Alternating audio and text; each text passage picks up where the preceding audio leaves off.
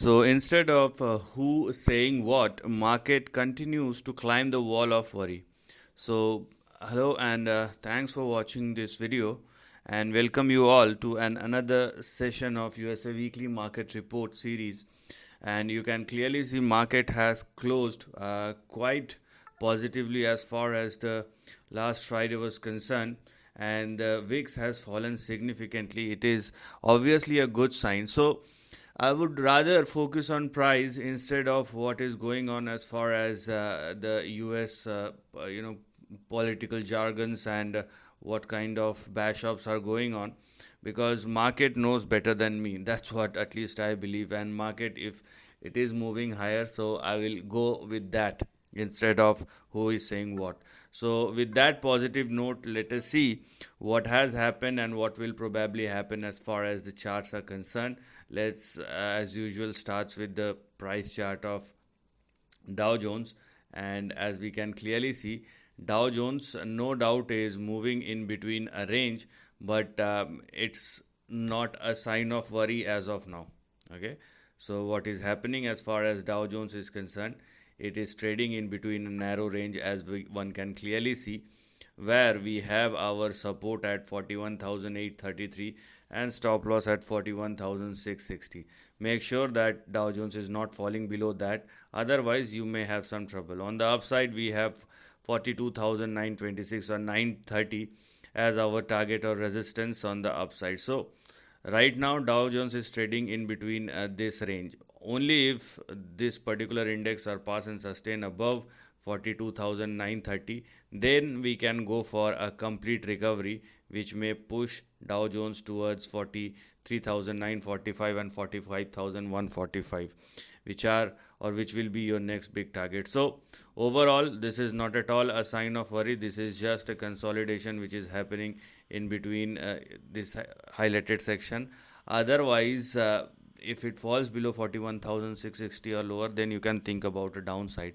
And if you are still uh, not sure, then wait for Dow Jones to surpass and sustain above 42,926 or 930. Then we have this particular range which will become active thereafter. That's number one. Number two will be the Nasdaq, and so Nasdaq is, I would say, very very close to its previous highs, and it is well within the reach, as one can clearly see. So as far as Nasdaq is concerned, and obviously this is a high beta index, so volatility on both the sides are quite sharp. So here we are, these two are the lower end of the range, and this is what we have here as far as the upper end of the range is concerned. So because Dow Jones, bigger pardon, because Nasdaq is trading both above 19,149 as our support and 18,840 as our stop loss. So here, make sure that Nasdaq is not falling below 18,840. Otherwise, you may see a correction in the near term. Else, if it continue to trade and sustain above 19,149, 150, then the next two big targets or resistance which we have in front of us will be 20,123 and 20,272, 273, where you're gonna find your next big resistance, after which we will have the next big breakout. Now, as far as the third index is concerned, we will discuss about S&P 500, reflecting similar kind of price behavior as we have just seen in Nasdaq, and we just need to follow the level. So as I have said in my previous video, if you are continuously watching my USA Weekly Market series, then as I was said that probably I was talking about dollar index overall theme, but the in inbuilt story is uh, equity market is moving higher, and probably it is a risk on trade which is back on the Wall Street. So let us see if we find any further confirmation about that. Now here for S&P 500, do not go below 5775 as our stop loss, and we have 5837 or 5838 as our support. And on the upside, we're gonna have our target or resistance in between 6105 and 6160. So this is the range as far as S&P 500 is concerned. So focus within this section, and that is what is active. as far as S&P 500 is concerned. So as far as the price behavior is concerned, across index, one thing is very clear: it is just about time. Market is not moving higher, it's not moving lower either. So it is just about time that market gathers strength, and once it surpasses its current highs or current resistance or previous highs, you may have a fresh uptrend, but we have to wait for it.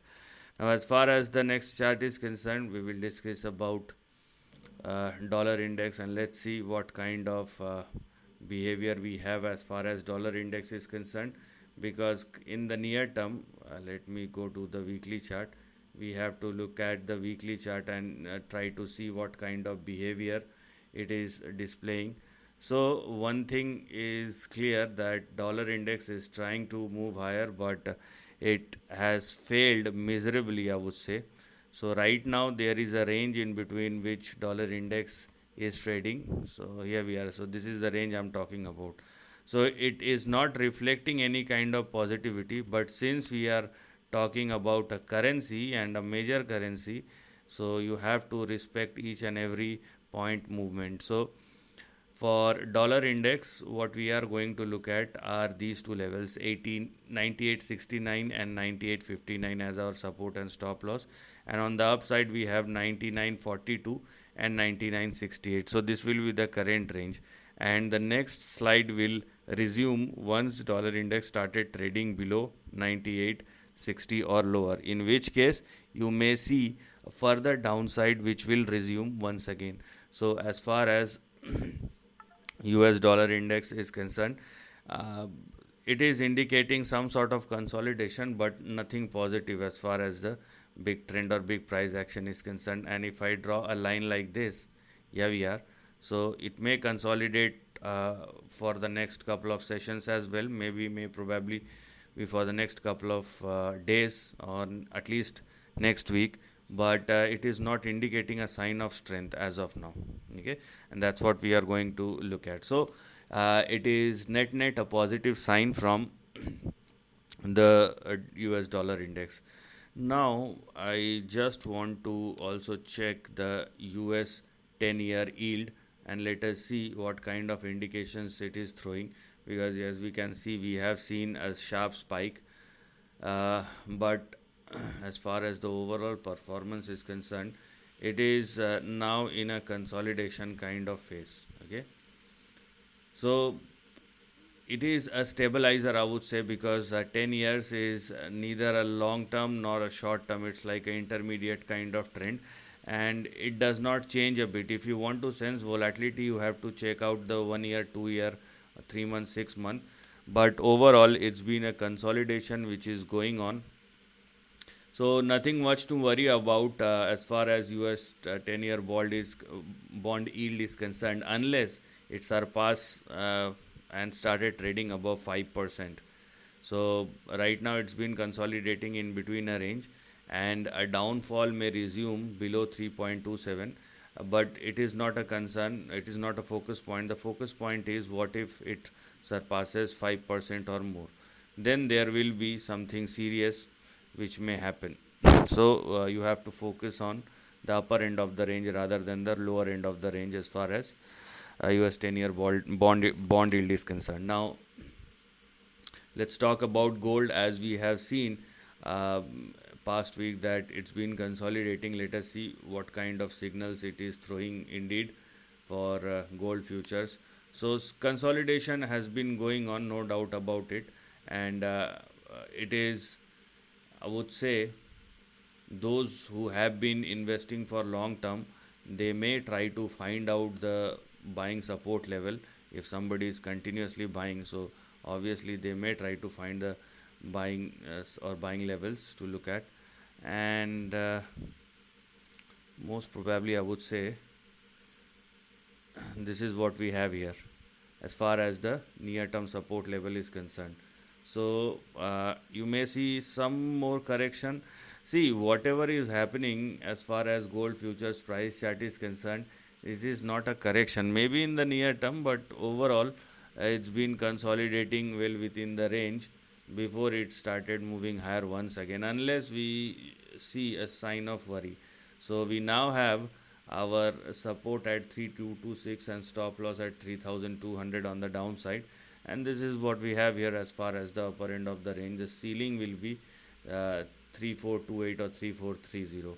So it may correct, consolidate a further, but right now it's been squeezing in itself in between a range. So nothing to worry about as far as the gold futures price chart is concerned. Yeah, one more thing will be the WTI crude. If we get something out of it, that will be a double bonanza kind of thing. I mean, yeah, so here we are. Now it is hitting the resistance zone. So it will be very interesting to see what the price chart of WTI crude futures will do. If it surpass and sustain above, here we are, if it surpass and sustain above 65, and this is the buffer range in between 65 and 66, if it surpasses both these levels, then there is a probability of 72 which will open up. But as I have said, this is a buffer range. It may work as a target and resistance, or it may also work as a breakout level. So if you are looking for any further uh, upside, then let us just wait for the WTI crude futures to surpass and sustain above 66.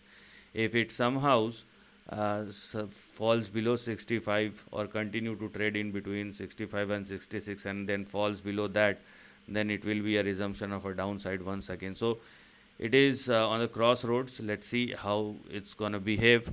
But overall, one thing is clear as far as the equity market is concerned, that markets are looking strong as of now, and dollar index, although it's been consolidating, but it is not at all a sign of worry, and overall trend looks negative. And VIX has been falling down, which is also a good sign. So and most important thing which I have observed is, and as one can see, the Russell 2000 up by 1.66% or 1.7%. So some sort of risk on trade is back on the market, because you will see lots of risky stocks started moving higher. So there is something which is happening which we may not know, but the price is indicating some things which are happening. So at least you have to believe the price. So this is the end of the video. Thanks for watching.